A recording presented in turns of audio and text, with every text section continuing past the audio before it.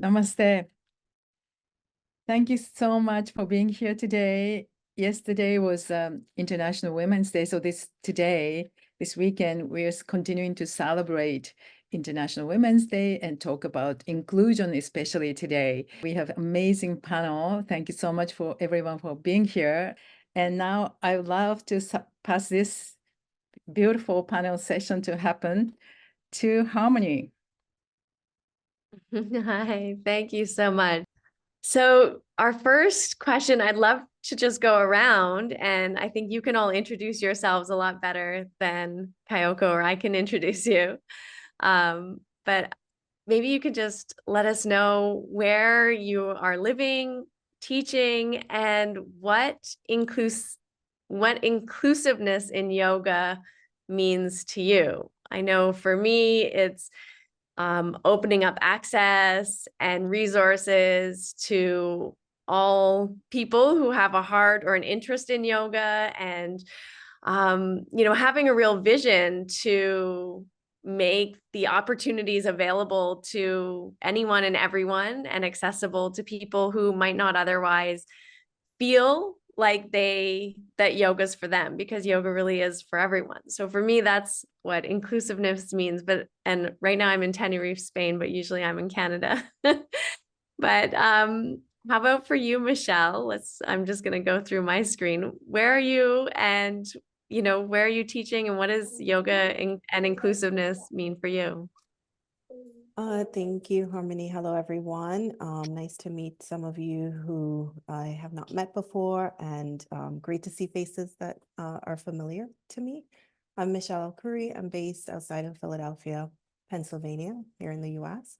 And I have a yoga studio called Yogamazia, where we focus mainly on maternal and children's wellness education. So, of course, that includes yoga, but that also transitions from prenatal to postnatal, and specifically kids yoga going up to teen years.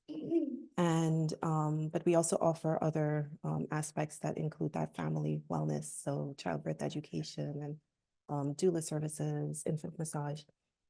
And what inclusiveness in yoga means to me is basically the mission of Yogamazia, creating a space where people can feel welcome and supported and empowered. And, just not necessarily from a physical location. I have a physical location, but inclusiveness could mean, even outside of that, right? Just your whole attitude of gratitude and empathy. And, that was why I did it. I came to yoga through being pregnant, for wanting a different path to my, compared to my first birth, and specifically for my children who were going through their own aspects. And so, the path led me to want to make sure that I create that space. And so now I feel like that's what we aim to do in giving that opportunity and that inclusiveness for pregnant persons and, parents and children who feel like they need that. Amazing. Thank you so much. Joseph, hello, welcome. There. Thank you. Good to see you again. You too. So my name is Joseph Armstrong, and I am honored to be here. Thank you all for welcoming me. I feel like our studio here in Miami, I'm one of the directors of a studio called Miami Life Center. We have a focus on inclusivity, but I also feel like I have so much more to learn. So I'm honored to be here as someone to speak a little bit, but also as someone to learn from you all. So thank you all for having me.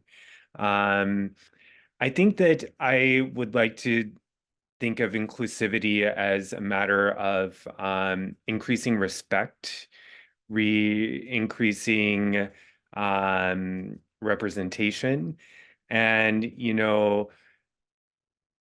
actually giving less represented folks a voice that lets them have an impact on the future of yoga. I think that that's really important, not just accepting what yoga has always been, what it is today, but letting people actually have a say in what it's becoming. I think that's inclusivity. So in our studio, we have some programs where we focus on the LGBTQ community in particular. So we have an amazing thing called the Queer Yoga Club that meets monthly and gives voice to a broad intersection of people. So our intention initially was to welcome queer people, but it's amazing that I've found in doing that, we've actually brought in a much more diverse racial mix as well, which was so needed in our space. Yeah. Incredible. I love that. I want to join too, please. Great. Tamika, hello. Oh, we need you Lost to my unmute. mic. There we go. Yes, I'm very familiar with the Zoom. Hi, everybody. I'm Tamika Caston-Miller. I am in Houston, Texas, USA, and for me, I acknowledge that I have kind of a different experience than a lot of folks, insofar as anywhere that I go, I see Black and brown faces, intermixing culturally, culture sharing, and also just learning from one another all the time. There really aren't any spaces that are specifically like white spaces or straight spaces or heteronormative spaces, unless it's intentional. And those intentional spaces that are meant to create, a culture of exclusion, they exist not only in restaurants and bars, but also in yoga studios. One of the things that I'm really interested in is closing the wellness gap within my community. I live in a traditionally BIPOC community here in Houston that's majorly BIPOC, but again, there are no neighborhoods where it's just all one thing, where you have probably seen trail riders and Black cowboys. We simultaneously enforce and break stereotypes in my neighborhood, because we do actually ride horses here, which is not a common thing in Texas, actually, but we do in my neighborhood, and the cowboys are Black. So it's like, wait, hold on, what's going on? For me, inclusion looks like walking into any space and people not only being reflected in that space, but also feeling that they belong in the space and aren't just tolerated or invited into the space. So that means raising up other leaders within the community who are intersectional folks from traditionally marginalized communities, to lead the spaces, guide the spaces, own the spaces, and create more visibility. And I'm sure we'll all say more, but I think that my guiding principles are asking myself the question, what is yoga? What can yoga do? And who can yoga serve? And looking at how those answers are coming within my community, I have created answers to those things with my virtual yoga studio, Ashtanga Yoga Collective, and also with our urban farm and wellness space, the Ranch Houston. So I look forward to being in community with you all and seeing how we all can participate in being the yoga that we want to see in the world. Amazing. Thank you so much. I'm getting so excited about this conversation, listening to everyone. Nadine, hello.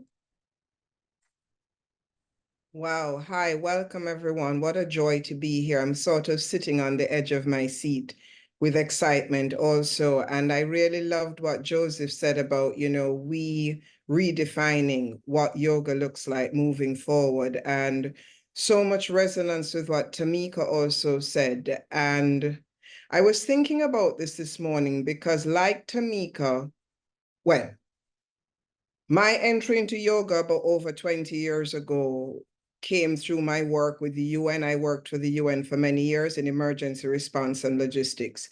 My life normative has been not belonging on a physical level with spaces that I entered. So I am quite comfortable in spaces like that because, like I said, that's sort of been my life.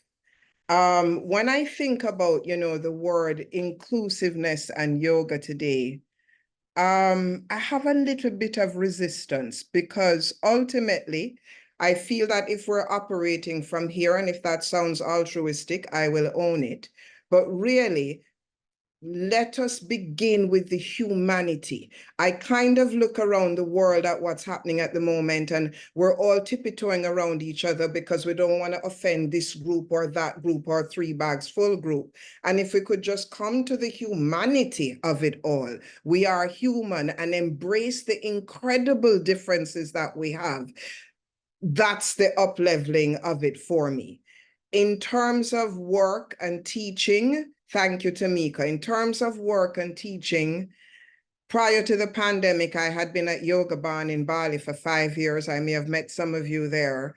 When the pandemic hit, I also had some family things that returned me to Jamaica as a base, where I've been for the last 3 years. And what I've been doing is integrating yoga into other things. So, for example, a lot of psychedelic work is happening in Jamaica at the moment. It's one of the few places that can issue prescriptions for medicinal mushrooms. So bringing the mindfulness piece into that, more so than the asana. And what I'm super excited about is having come full circle, being able to run mindfulness retreats for UN staff. Because if I had that when I was in the system, chances are I would still be there. So yeah, that's what I'm up to. And one more little thing that I'm adding to my toolkit, which I love, is the somatic piece.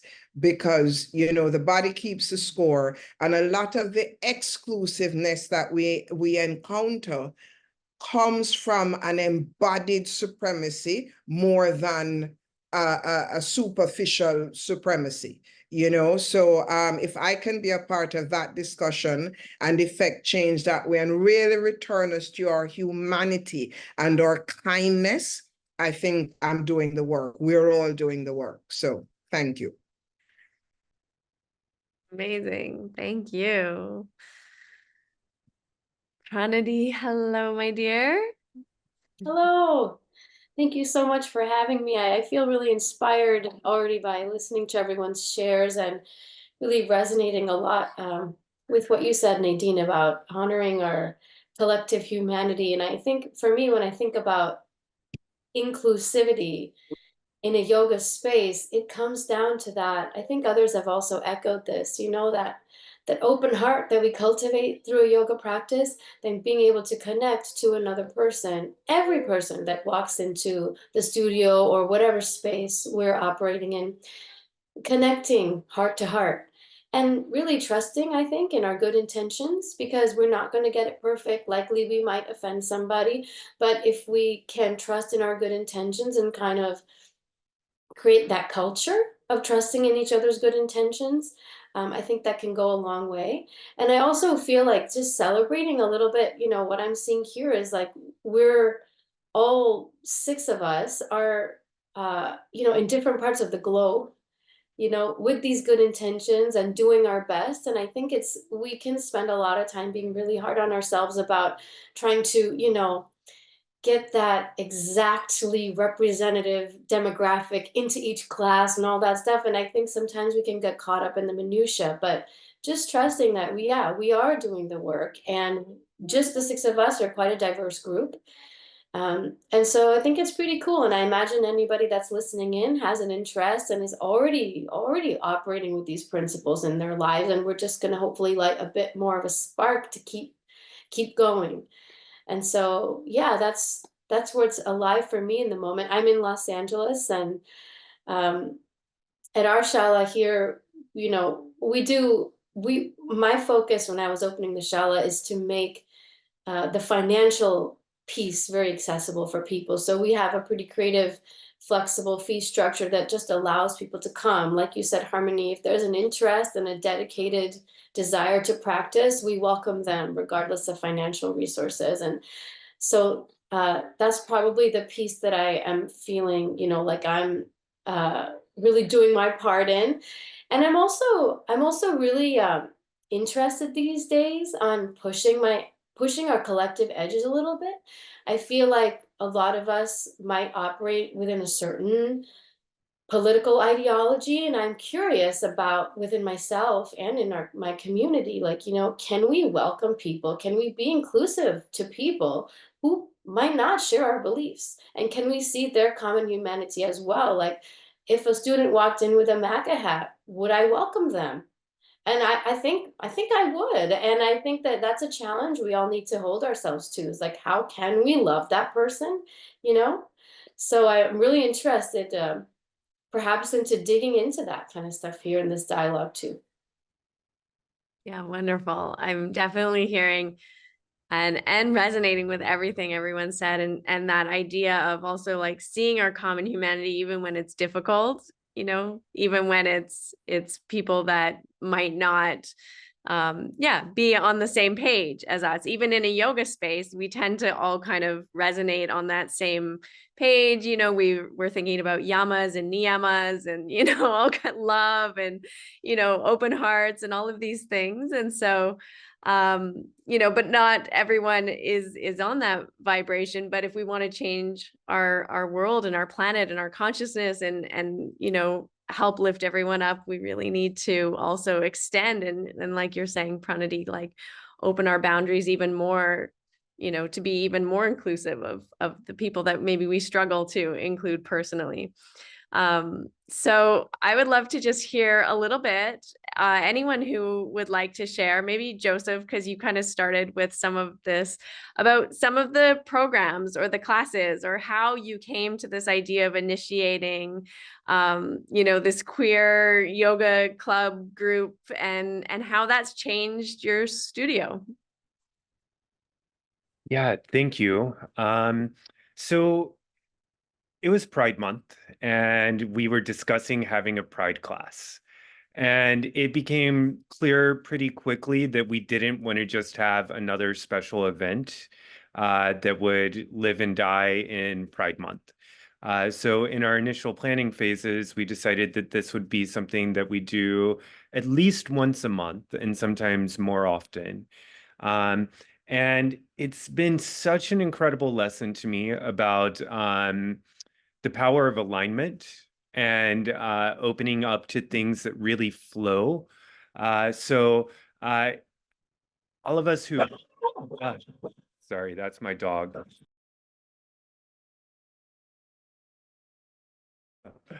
Sorry about that. All of us who've run yoga studios know that it can feel sometimes like such a slog to fill up events or classes. But this particular class just naturally thrived, you know, and it went from having 5 people its first iteration to the most recent one having almost 60. And it's just like it's an example of how when there's a space that needs filling, then the alignment comes and everything just like takes off as it should. So one of the most powerful things about this group, I think, is that we do some yoga asana to start with, but then after that, we have some snacks and we come back for a circle. And give me 1 second. I'm going to close this door, actually.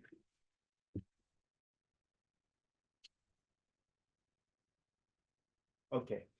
And during the circle, we actually open it up for everyone to share a bit about what's going on in their lives and what they're experiencing, and for there to be a little bit of a supportive dialogue for people to actually have a voice. And we've discovered that that really resonates with people, you know, like having not just the space to practice, but the space to talk about how practice impacts their lives and how the things going on in their lives impacts their practice, you know? Um, so After starting the Queer Yoga Club, we've started sort of venturing out into other sort of community offerings that welcome in particular groups as well. For instance, right now for International Women's Day and the whole month, we've initiated a new women's circle. And we're just looking for ways to facilitate empowering people to feel like they're an important part of the community.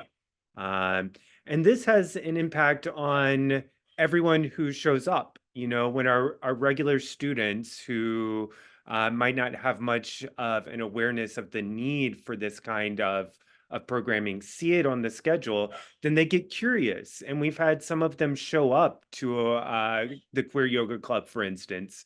And I think that people are learning all around. And that's been super valuable for a lot of us. Yeah, that's amazing. Thank you. Thank you so much for sharing. Those are some lovely ideas. Tamika, how about for you? You had some really fun initiatives and things I think that you've been doing in your own space. Yes, fun sometimes. It's a lot of work. Yeah, it's I will say that, you know, one of the interesting things about being on the intersection of 2 or 3 traditionally marginalized communities, that is woman, queer, and Black, there are a lot of invisible structures in place that present boundaries to be able to do what I do easily and accessibly. So, but with that, you know, I think resilience is something that you know, especially Black women and Black queer women have in spades. So we find a way, and we you know, I think it's important to state that, like, my own lineage is Creole from Louisiana. And I think about the fact that we buried our dead because we had nowhere else no one else would take our dead. And I think about that whenever I'm creating. Like, this is like, I come from a lineage of folks that literally figured it out, like even how to celebrate and bury their dead, right? How to take a 1x3 space, 1 foot by 3 foot. Sorry for those of you in international communities, I don't know that in meters. And would grow supplemental food in that because there wasn't enough food that was given to folks that were either sharecropping or enslaved in order to for sustenance, right? So I'm like, okay, if my ancestors can do it in a 1x3, like teeny tiny space next to a shack, if my ancestors can do this, you know, with no support from any system, then surely I can do this in this context today. So some of the things so I began with Ashtanga Yoga, which used to be synonymous with myself. Ashe is this power that is that comes from West African cultures, from Yoruba. That is this power that is largely transmitted through the ground, which is why we do things so low to the earth. And it is this power for all of us. Ashe could, you know, be thought as prana, if you wanted to put that within that particular context. Ashtanga Yoga began as just kind of me doing workshops, and then I expanded during the pandemic into a virtual studio. Preceding that, we had schools. And it was just really interesting because all of the graduates were always BIPOC and queer folks. It was like, there is something to be said about someone who looks and lives like the people that I'm training, you know. So that started up just trainings in yin yoga and restorative yoga, which were and yoga nidra, which were the practices that I believe are the most essential for BIPOC and queer folks. We don't need to work out more. We don't need to exercise more. We don't need to sweat more. We need support, and we need to figure out how to support ourselves. What do we do with all this resilience? That's my question whenever, you know, when I go to yin practice. When am I going to give myself rest? When I'm going to stop like taking care of everyone else. When am I going to take care of me? That's the lens through which I look at Yoga Nidra. And how do I envision something totally different that I have never seen, but I know is needed? That's Yoga Nidra.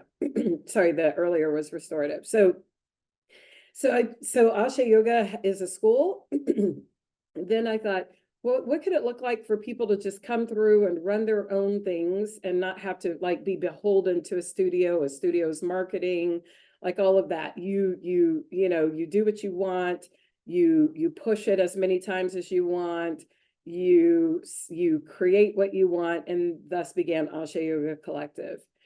The Ranch Houston is an urban farm on the Houston South Side, which is like a lot of South Sides in the United States, which is traditionally Black. And what I realize is that we exist not only in a food desert, but in a wellness desert. There is not a single yoga space, wellness space that actually exists within any strongly BIPOC area in the entire city of Houston, I realized. And so now that is what I am looking to bring, and launching what's called City Sangha, which is a space that exists on Martin Luther King Drive, or off of it, which is where we are. And that is a space where people can come, gather and move their bodies for that somatic practice that Nadine was talking about. We have these things in our bones, in our DNA. What are we doing to rewrite new endings to old stories? What are we doing for that? So if we can embody that we can move for joy, not for toil, if we can embody that we can move together, create together, and if we can embody that we are empowered, that we just forgot because that has been taken from us for so long, that remembered wellness, which is a tenet of restorative yoga, that remembered wellness is something that is essential for, especially for the Black community, and now even more so for our trans and non-binary communities, because we are the literal and figurative, we are and have been the whipping boy for so long. And it's just, you know, the systems aren't changing, so we have to change how we approach them. And that starts with getting this belief out of our bodies and getting new beliefs into them. So that's what I'm doing. In the Ranch Houston, I know I've said a lot of things, but I'll say one last thing. Essentially, I'm also looking at how yoga is right relationship with self, and right relationship with others, and right relationship with the planet. So that's why the urban farm has become this space where people can come, be in collective growing, being with nature, reestablishing that fractured relationship with the earth that was taken from us, and also being in collaborative work and doing some art, doing some yoga, doing some, you know, growing some okra. You know, it's all been the yoga, and it's really beautiful, and it's finally filling in some gaps in our wellness structures here. That's amazing. I mean, it sounds like to me, and correct me if I'm wrong, but that you're taking the yoga and you're moving it into like all areas of life. So like creating gardens to grow things so that we can, you know, eat healthy foods, so people can have access to that kind of connection with the earth. And then also into, you know, other ways, like how we're moving our bodies or how we're connecting with each other. And it's really like taking yoga beyond just, you know, the restorative, the yin, and you know, the what was the other one, Yoga Nidra, taking it beyond even just those practices, which, as you say, are so essential, but into like all areas of wellness, and really looking at what is wellness for. Yeah. And how are we doing that together? Yeah. Like, are we only doing it in affinity groups, or can we do that together? Can I rest with you? Can I rest with someone in a MAGA hat? Yeah. Can I rest next to someone who I know votes against my interest at every election? Can I harvest with someone who looks like someone who has oppressed my family? Can we do that together? Because the affinity spaces are wonderful. The spaces that say, hey, we're queer or we're Black or we're Hispanic or whatever, they are amazing and they are needed. But also what is needed is spaces where it's like everyone is going to be here. Everyone's going to be here. So what are you going to do to meet people where their soma exists in that space with their history, with all that's going on? That for me is huge, and that's something that I have never seen. And I think that it's something that we can endeavor to create. And I think it's going to have to come from the folks that are the ones who have been on the receiving end of oppressive structures, who are creating those, because the trust has to be there. We've got to lead with the trust, and the trust is what's fractured. Yeah, I love that. Thank you so much for sharing. Thank you. Yeah. Would anyone else like to speak to? Yeah, Nadine, please. Oh my goodness, I'm like, again, I've moved closer to the edge, more to say. Thank you so much for that, Tamika. Wow. You know, for many, many, many years, and it still continues along those lines, the bulk of my clientele were white women. And I couldn't understand why my sisters weren't coming to me. Now, granted, I live all over the world, so there are various reasons for that. And so I set an intention, being in Jamaica, of wanting to shift that, pushing the envelope a little bit. And I've said this to white-bodied colleagues of mine. The harsh reality is that at a collective level, Black people don't trust white people and white people don't trust Black people. Call it like it is. I'm talking at a bigger level. So until we're willing to get uncomfortable enough with that truth, we cannot do the work, the deep transformative work that is required for us to move from one side of here to us actually doing this and hugging each other. When I did my first teacher training in India in 2008, I always remember witnessing a bunch of Iranian women on one side of the ashram, a bunch of Israeli men on the other side of the ashram. And after 28 days, they did this. And it was in that moment that I realized that yoga is a viable tool for peace. But we have to be willing to get uncomfortable. And too many of us want to sit on the edges and not get uncomfortable. I'm ready to get uncomfortable. Jamaica is one of the most uncomfortable places to be on the face of the earth, especially not having really become an adult here. I am slapped left, right, and center, but that's where my growth comes through. The other point that Tamika made, and it's a unique experience. It is unique. Well, before I say that, how do we move away from comparing one group to the other? You know, because that also can get kind of abusive. Is the gay experience better or worse, more intense than the Black experience, the Asian experience, the female experience? So again, we come back to the humanity. What I know about the Black woman experience, because I'm embodied in it, is that I'm supposed to be strong. I'm supposed to be tough. I have to work 7 times as hard as everybody else, etc. Part of my duty as we talk about democratization of yoga, talking about exclusiveness of yoga, is defying all of those stereotypes. One of the things, so coming full circle again, last year I taught on a retreat here in Jamaica. It was a natural hair industry convention retreat out of DC held in Jamaica, 50 Black women. And what was fascinating to me was as these sisters were in Shavasana, and when I went around to do adjustments, we all did this. So that tells me already, holy shit, there's some things going on here. There's some trauma that's being held. There's some not trusting. You go into a space where I have white-bodied sisters, and I'm just doing extremes for the purpose of this conversation. And I go in to do adjustments. I had it this morning, and everybody kind of melts. And I go, wow, The work we have is so much bigger than we realize because we have generations of doing this. So, coming again to what Joseph talks about, how do we shift the narrative? I think yoga in the Western context, we've had real opportunities and we've missed them because we didn't want to get uncomfortable. We got to get uncomfortable.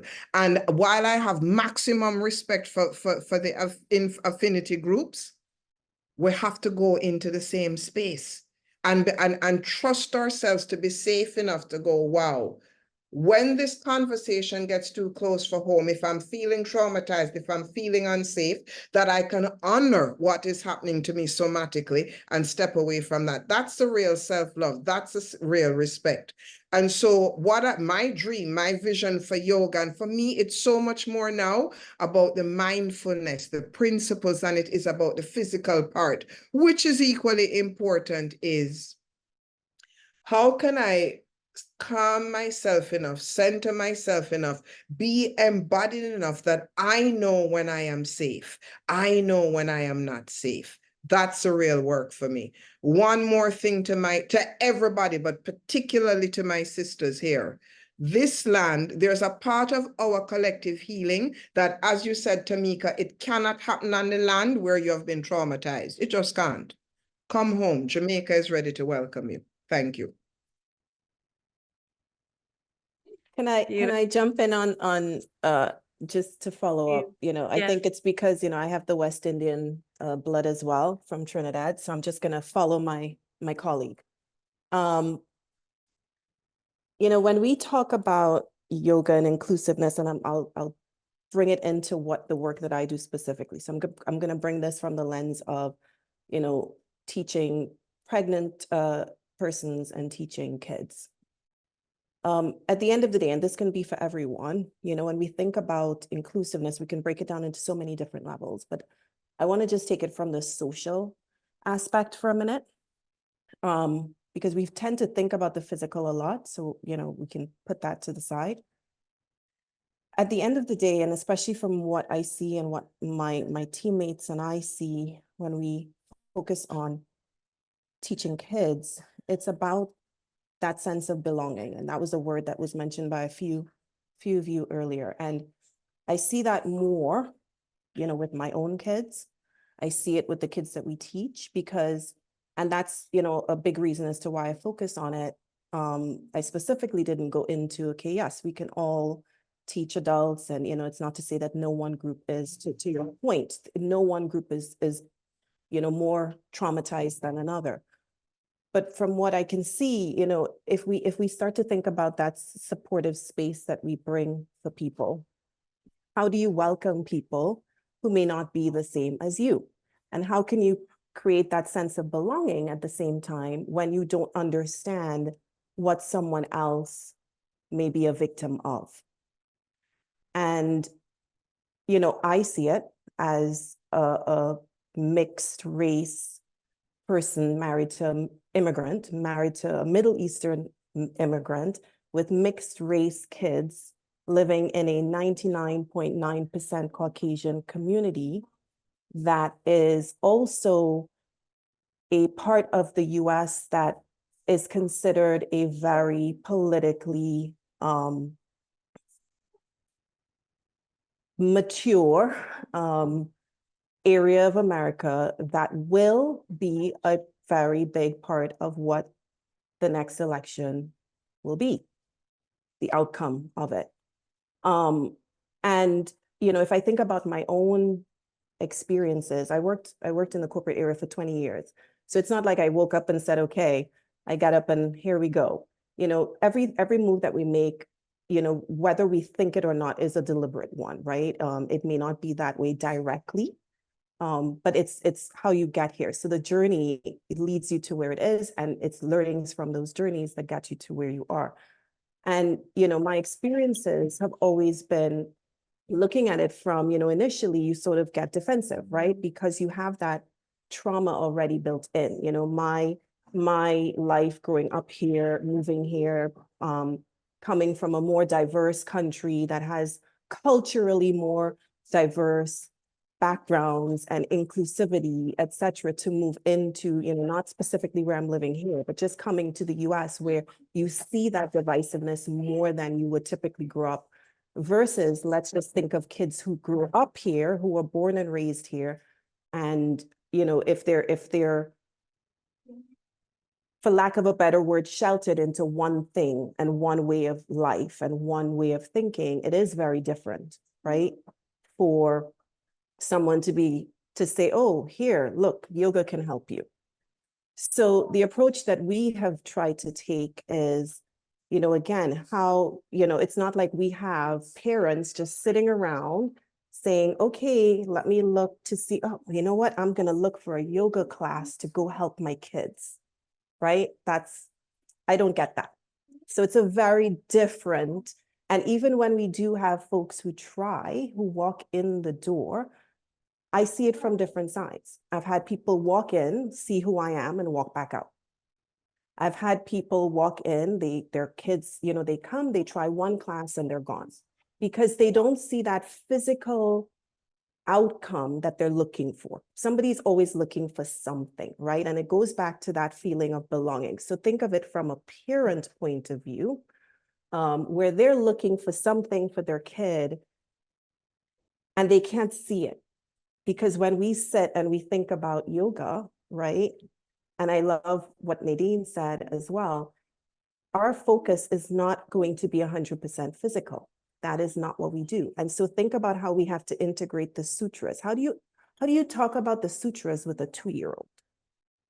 How do you explain to a parent that their toddler is not going to just come in and sit calm after one class? And so it's coming back to that sense of acceptance for them. How do you make someone feel like they can accept yoga? And so we have to be, for lack of a better word, creative about it, right? How do you also do that with someone who, as some of you have mentioned, who may not be the same as you, who may not have the same ideals as you, who may not have the same views of you, but we are all human beings. So does that mean that I should not welcome someone because of that, knowing who they are and what they're about? Same thing with parents, same thing with maybe, let's say, adults. I've had pregnant students walk in, they've taken yoga, they walk in, and obviously prenatal yoga is a different game, right? You're not walking in and doing all these sort of, okay, let's just get sweaty here. And they're looking for that though, because that was what they were accustomed to. And so to them, we're not teaching the right yoga, the right way of yoga, right? So again, how do you make these people feel like their spirit, like they do belong? Again, trying to come from their background and where they've come in and what they think their values are versus what your values are. And it's hard. I think we have to just accept that perfectionism is an illusion.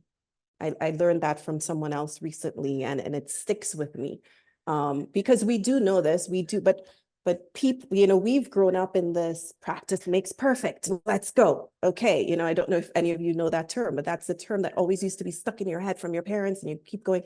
And how do we change that narrative? Joseph said it. How do we change yoga for the future, especially for our kids, because they are the future?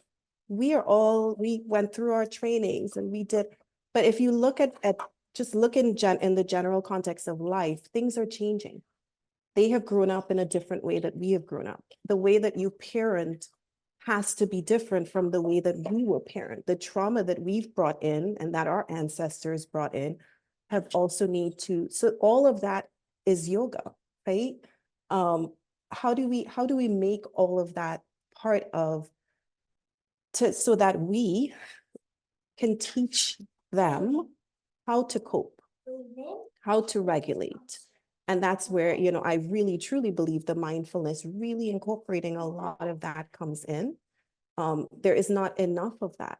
How do you convince, and I'm speaking from my perspective, but how do you convince schools and teachers and principals and community leaders and political local leaders, and that when my children experience racism, that is part of teaching yoga, or that when their friends experience something else, whether it's, their gender identity.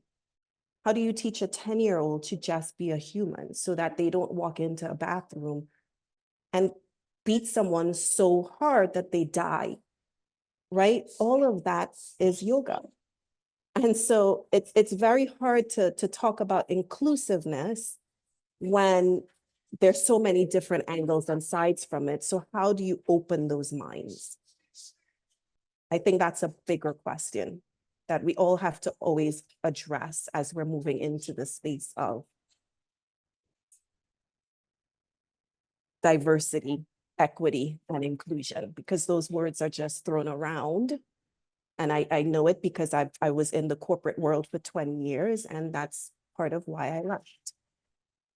I so want to answer these questions, but I acknowledge that Pranidhi and Joseph haven't spoken. I'm like, Joseph spoke first, so.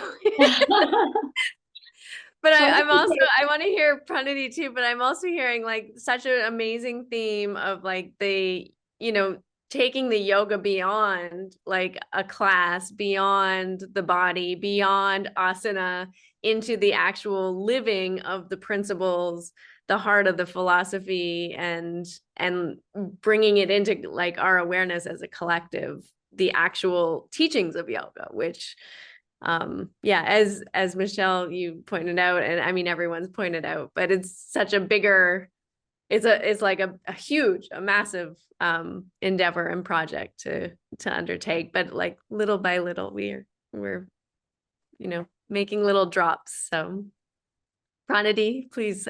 Sure. I'll just call in, a few pieces that are coming to mind.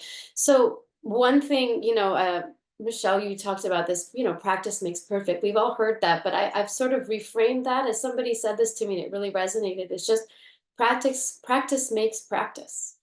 That's it. Practice just makes practice. And I really like that reframing. Another piece that I want to call in, we were talking about how do we see that shared humanity in somebody who we are not maybe fully aligned with. And for me, it's about humility. Can I humble myself enough? There can be a false sort of thing where we see somebody, but we feel a little bit superior to them. So it becomes like a little bit of a, oh, sure, I'll welcome you, but I really think that I'm right. I really think that the way I see the world is the true way. But if we're actually going to get uncomfortable, like you said, Nadine, we have to humble ourselves enough to acknowledge that that person's experience is actually a legitimate experience, and it's as legitimate as ours. There's a world in which I could tell myself the story as an Indian American that, this is my practice, my people created this, you all are appropriating it, and so I am right. That's a story that I could very well choose to live in. It's a story that I rejected a long time ago. Because sure, I'm Indian, the practice did come from my ancestors, but the practice also belongs to all of us, and it's ever evolving, like you said, Joseph. So I chose to live in a different story rather than sort of compete in this like oppression Olympics that I think sometimes tends to happen. And I think it's very counterproductive to actually engaging in what we're trying to do, which is ultimately connecting, a practice of connection. And only through connection can we really, make a change. And another piece that I just want to draw into the conversation, a couple other things, is like this broader perspective, a global perspective, that in America, we can get really insular with how we view the world in these sort of, dynamics. But I just want to invite in, like, even in India, the place where this practice was born, like, people are racist. People are, we have, as humans, we have a tendency, we all do. That's what I mean by the humility. Like, even as us as individuals, we have a tendency as individuals and as communities to otherize. And that's not an American phenomenon. It's a global phenomenon. And it's been going on since we began. And so in a weird way, I think we can actually take comfort in that. that this is not a unique thing. This is something we've been dealing with since the beginning of time.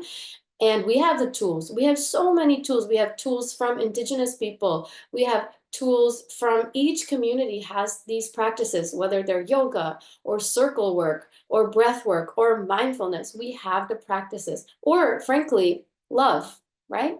We have we have the tools to go beyond this desire to divide. But we have to acknowledge that that tendency to divide is also inbuilt in us before we can really work to infuse with love. Beautiful. Yeah, Nadine, I can feel Wow. you. Wow. Gosh, so much to say. It's such an honor to be here, really, and to be diving into these conversations. And it is human nature to fear that which we don't understand.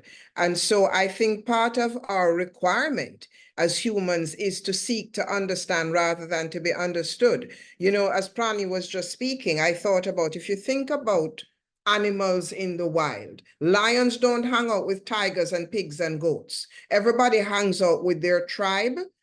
We are blessed as human beings with this so-called intellectual capacity that allows us to think, etc., which you would think would make us more elevated, as it were. And I'm not saying this from a judgmental standpoint. And so, you know, as we go through these practices, I think, again, it's about honoring each and every practice. When I decided I wanted to do a teacher training, I couldn't tell you why, but the one thing I knew was that I wanted to do the practice in India. I could have done it in Southeast Asia. I could have done it in the United States. I was very clear on that, and I'm very glad that I did that. Now I'm at another age and stage of life where part of my own work, my own healing, my own trauma is looking at my ancestral lineages and practices, because coming out of a post-colonial Christian society, I have been programmed that those things are bad, they're evil, they're obia, they're witchcraft. Yeah. So, you know, I confront myself with those own practices. So now the next journey returns me to the motherland where I have been blessed to live and work, you know, several times. So I think as and clearly it's coming out in this conversation, when we talk about you know, part of my challenge is we have to be upful, as Rastas say, in our discussion. Like I say to people, yes, I am aware of the fact. I cannot deny the fact that there is slavery in my lineage, but I didn't come from slavery. I came from kings and queens. And so when I own that I come out of royalty and that lineage, then it lifts me up. Then I set a different standard for the children Michelle are working with, because we are the change that we want to see in the world. And a lot of us, with all due respect, we get, I'm going to jump off the soapbox after this, I promise, is that in order for us to shift stuff, we're going to have to change a whole heap of shit that we've been telling ourselves. And we don't want to do that. Thank you. Can I please just say one quick thing? Because I want to address something that was said by Michelle and Pranidhi. With a name like Tamika, I'm very specific about making sure that I'm saying things correctly. The first is, it's all Maya and nothing belongs to anyone. So I think if we're all in the true practices, that's where we land, and that's why anyone can share and do all the things. And ego is an issue. That is huge. Ego is an issue. And lack of humility is an issue. And harm is real. So the harm that is created from the consequences of the actions that are real is real. And some of us have had to be humble to live, to keep our lives. And so humility is not necessarily what's called for right now. re-empowering and remembering our wellness is what is required right now. Remembering that our lineage is deeper than what happened in this country in the transatlantic slave trade. Remembering that is really important. I think it's a delicate balance. It's a balance of understanding that we are working with our own DNA and our own mind, our own vrittis. We're working with that ourselves. We're all working to transcend that. And they didn't just come out of nowhere. They are literally structures that we're confronting on a daily basis. Lest I'm not, like, there are people who are looking to say that my marriage isn't real. That's really happening. There are people who will kill me if I don't act right when I'm pulled over for a ticket.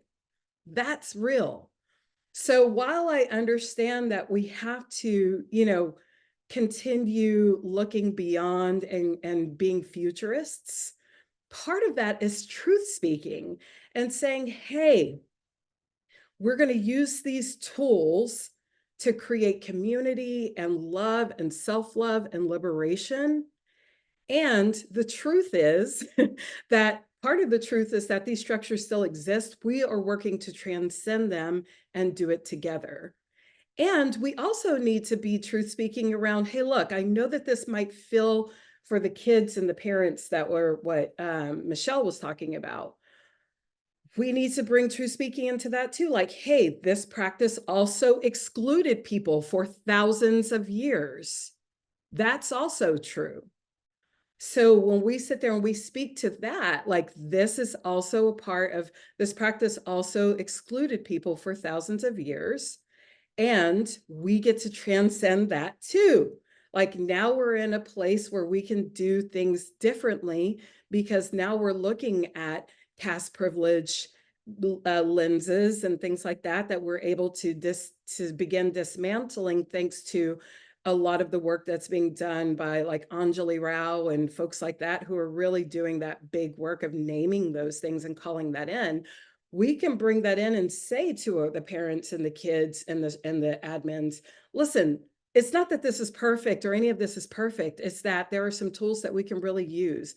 And the last thing I wanted to say to you specifically, Michelle, is not all people are your people. If they come in and they leave, that's not your intended audience. And I don't know about you, but I'm not going to go run after someone for them to learn from me. Either they understand the value that I bring or they don't. I'd rather spend my energy finding the people who are looking for me. And like Nadine said, when she said that people of color weren't coming to her and she asked that question, where are my sisters? Same thing happened to me, Nadine. And when I said, I call in my queer folks, I call in my BIPOC folks, guess what? I'm sitting here right now where there's a teacher training happening right outside this door, and they're all this 100% BIPOC and queer. I didn't do that on purpose. It just so happened that I'm like, look, I'm here. You are seen. I'm creating a space. Hopefully it's safe for you. It's a brave space. Come one, come all. And since I shifted that and stopped running after all these people in these rich white neighborhoods who used to be my students and clients, when I stopped running after them and I started running towards my own communities and the communities that weren't served, I found them. So that's my invitation to you, Michelle. Fuck those people. Hey, baby. No, thank you. Thank you. And I want to be very clear that there are good people who, and I absolutely agree with you that we don't chase, like I completely 100% believe in, the right people will come to you. So the families who we serve are the right people. They're the people who we know we're helping their kids, in every sense or form. And, again, the door is always open, but it's also, welcome for people to walk out as well, right? So that's how we have to look at it. But I'm so grateful. I'm so grateful to all of you. If I could, I would like to jump in for just a moment and I really liked what you just had to say, Tamika. And, in our queer yoga club, in the circle, like sometimes we talk about what it is we're willing to accept in our lives and what it is we're willing to connect with. And this question of if someone with a MAGA hat was to come and sit in our circle, like, I don't know how I would respond to that. And in fact, I will say I would probably be less evolved um, than some others. And, I want to take it a step further. I grew up in the heart of the South. And when I go home to this day, I see Confederate flags hanging on the doorsteps of neighbors. Um, and, in my mind, it's not a big jump from a MAGA hat to a Confederate flag. Whoa. It's not. And I have a really hard time making space for these kind of symbols in my life because I know they harm people. Um, Again, I grew up in the heart of the South in a family that was both incredibly racist, incredibly homophobic. I've heard people in our queer yoga club circle talk about having to disconnect from parents, loved ones, family because of the damage they do to them. And if we're not going to take this from our parents, we're not going to take it from strangers. And I think that this is something that's important to own and to have some power around. So I'm in recovery. I'm 10 years sober. And a lot of my mind revolves around slogans that we use in recovery. Um, and one thing that I heard Nadine say earlier is that we should seek to understand rather than to be understood. And that's super important. Our whole process of healing in recovery, and I think to a degree in yoga, is about making amends. It's about cleaning up our side of the street. Um, but we have to realize that the people on the other side of the streets, they might not be interested in cleaning up their mess at all.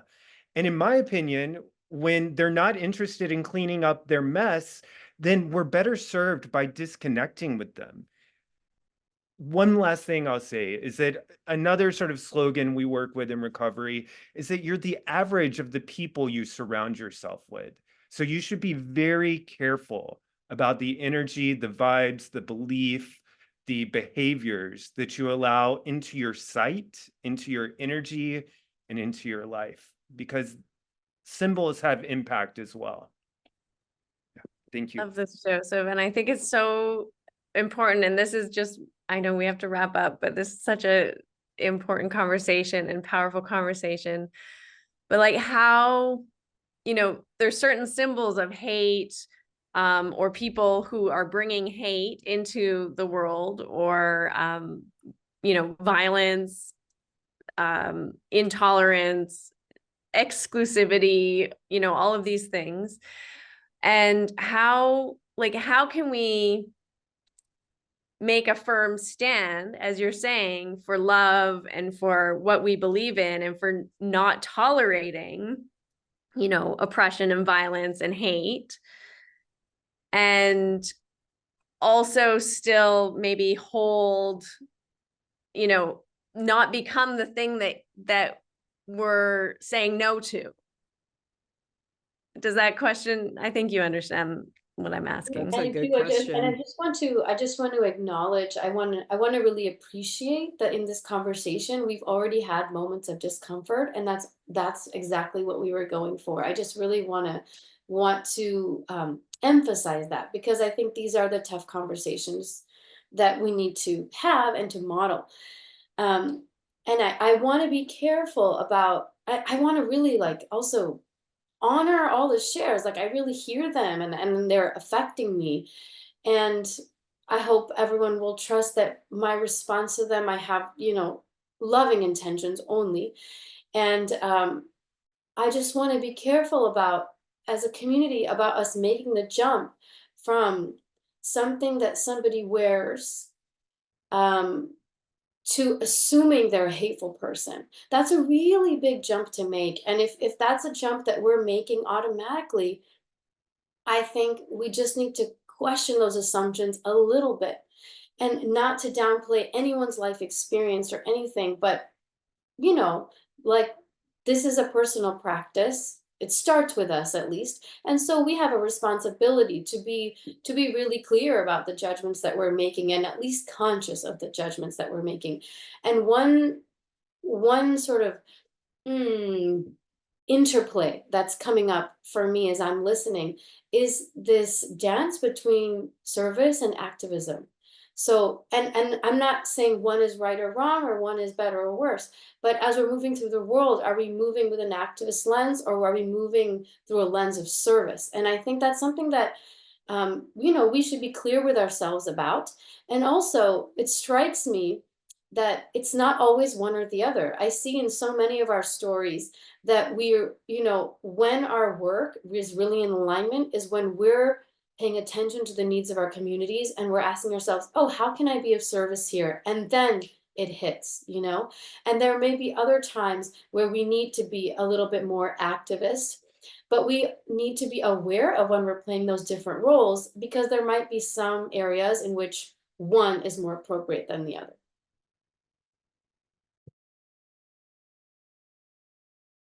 Nadine and then Tamika. I saw you both. I'm aware of the time. Thank you so much for that distinction. There is a danger of oversimplification of things entirely, and there's so many, variables that permeate between here and there.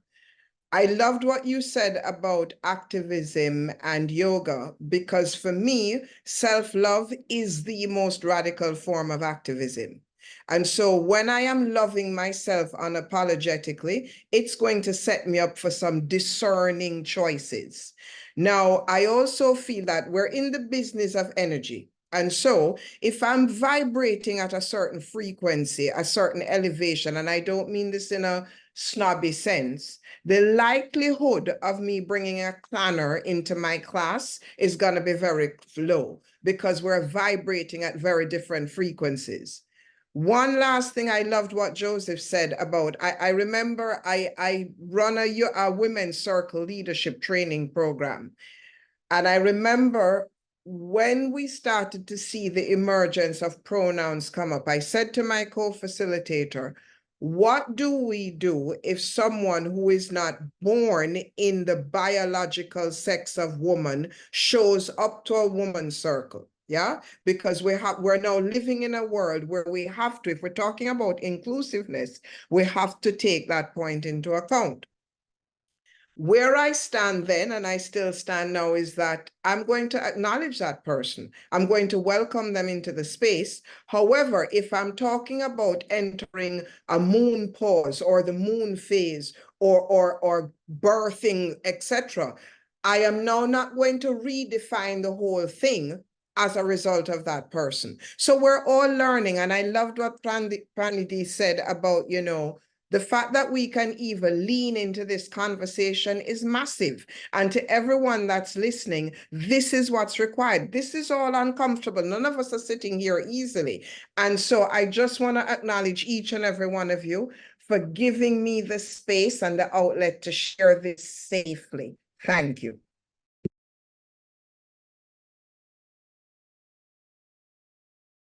Did you have something that you wanted to?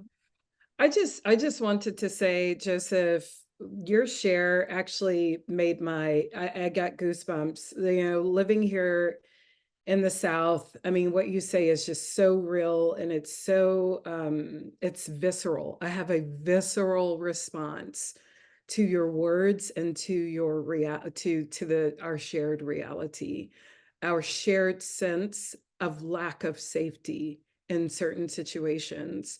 There are places where I won't go in the United States because I don't feel safe.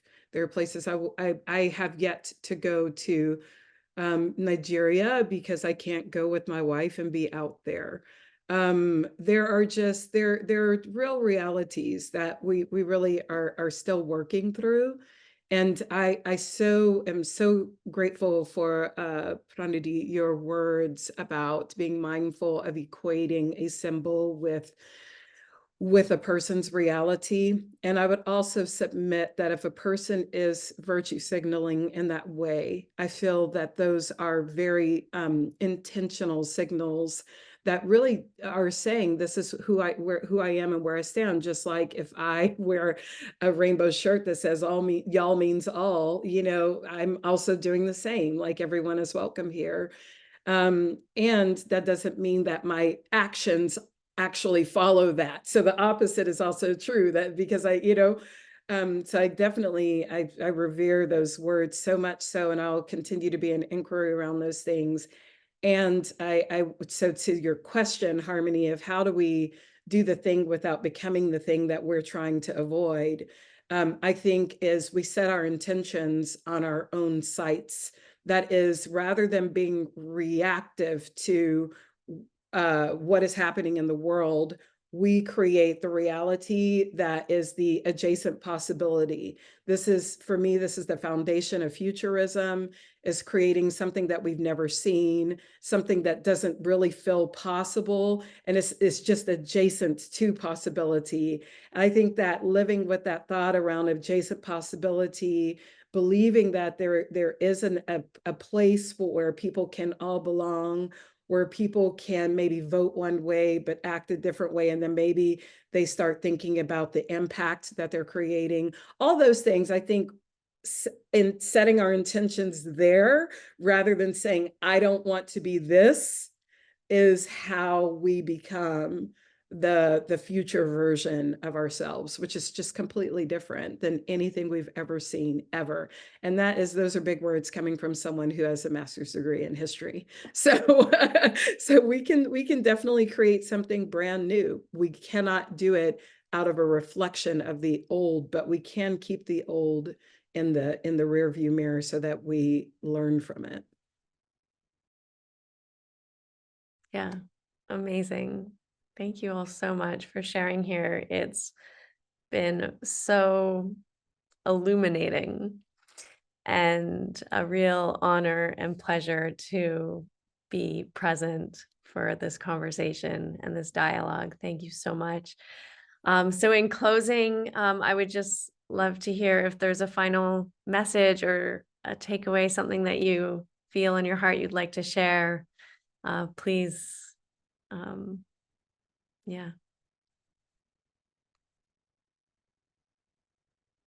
I think for me, everything resonates in the sense, and I come back to whenever we move forward, we always have good intentions, but I think it's always asking ourselves in whatever it is. And I think I'm going to take a page from Pranidhi's book here.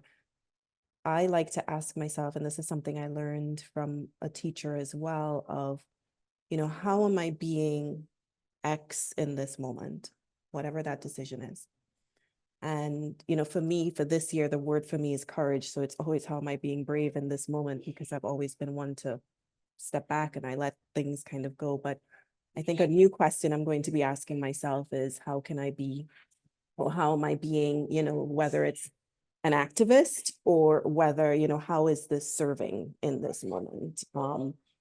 Because that's what we do, we're aiming for that.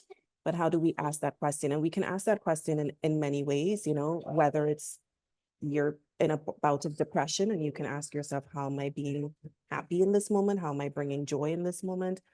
Or how am I managing whatever in this moment? I think that's big. And when I've started that practice recently, or at least I would say increased it. And it does give me a point of grace to accept, again, to what Pranidhi was mentioning earlier, that, to not just automatically see something and be victimized by it, because we can draw that, that we can water that down and live in it a lot of the time. So how do we come out of it? Thank you. Thank you all for this moment and for sharing this community with us today as well. My closing comment is quoting one of my teachers and friends, Dr. Gail Parker, which is, you can be right or you can be in relationship. So if we're willing to be in relationship, we're going to stumble, we're going to make mistakes, we're even gonna hurt each other on accident.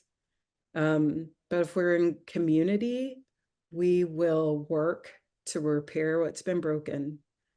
And we will work to create a future that is one of beauty, love, and belonging, care, collective care, personal care.